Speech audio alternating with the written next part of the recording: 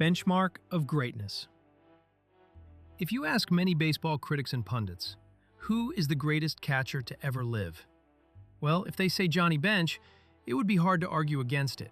Now, even though it's an opinion, they figure not only was he one of the greatest hitting catchers, but also was a great defensive catcher, as well as having one of the best arms as a catcher. In fact, Johnny Bench's wins above replacement of 75 was the highest among all catchers in Major League Baseball history. Many of the critics might also use any additional tangibles like leadership skills or championships when they consider their GOATs. The problem arises when the same critics start to venture out to other positions. Then, they just want to look at offense. You have to look at the offense and defense of a player. When looking at Ozzie Smith, he is considered the greatest defensive shortstop to ever play the game. And in fact, you can make a very strong case that he is the greatest defensive player in baseball since he has the highest defensive WAR in MLB history, with 44.2. But that's just one side of the game, and not his totality, even though Ozzie had over 2,400 hits. Imagine if Ozzie Smith played in the 1910s and 1920s, and there were no Gold Glove Awards, highlights reels, or all-star games. Well, you wouldn't believe it.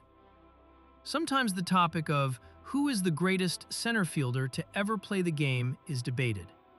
It can be a tough choice since people have their biases or favorites. I mean, there was Cobb, Speaker, DiMaggio, Mays, Mantle, Griffey Jr., or even Trout.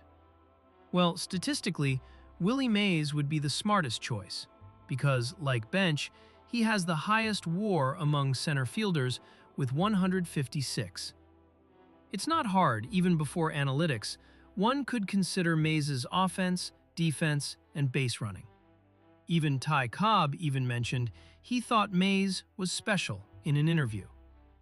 Even when considering analytics, when Mays finished his career in 1973, he had the highest defensive WAR among center fielders.